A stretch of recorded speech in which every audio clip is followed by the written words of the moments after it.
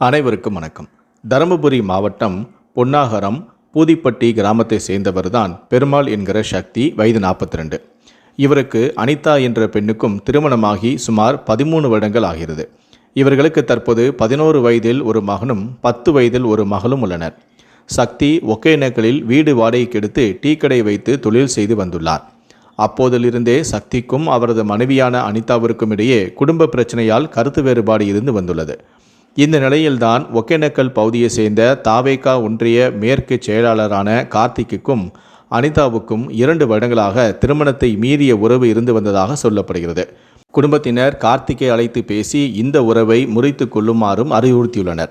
ஆனாலும் இவர்கள் இருவருமே திருமணத்தை மீறிய உறவை தொடர்ந்து வந்துள்ளனர். இதற்கிடையில் அனிதா தன்னுடைய கள்ளக்காதலான கார்த்திக்கை வீட்டுக்கு வர வைத்து அவருடன் சேர்ந்து தன்னுடைய கணவரான சக்தியை அடித்து உதைத்து இனி இந்த வீட்டு பக்கமே நீ வரக்கூடாது என சண்டை போட்டு அவரை அனுப்பியிருக்கிறார்.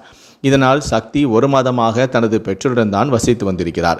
இதனால் மன உளைச்சலுக்கு ஆளாகி விரக்தியில் இருந்தவர் கடந்த 5ஆம் தேதி பழசையெல்லாம் மறந்துவிட்டு தான் மனைவியுடன் மீண்டும் சேர்ந்து வாழலாம் என நினைத்து அவருக்கு ஃபோன் போட்டு அழைத்திருக்கிறார்.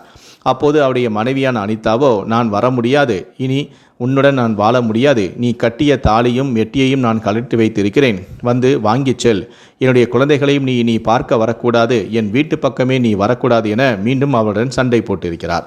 இதனால் மன விரக்தி அடைந்த அவர் கடந்த 6ஆம் தேதியே பூதிப்பட்டியில் உள்ள அவரது வீட்டில் வந்து தூக்கிட்டு தற்கொலையும் செய்து கொண்டார்.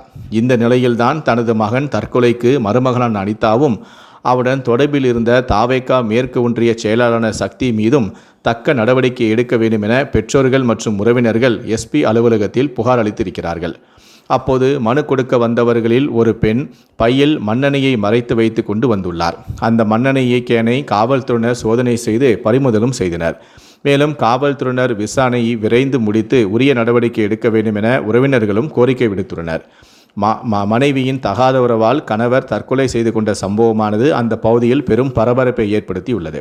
உரிய நடவடிக்கை கோரி மனு அளிக்க வந்த பெண் மண்ணெண்ணெய் கேனுடன் வந்ததால் எஸ்பி அலுவலகத்தில் பதற்றமும் நிலவியது.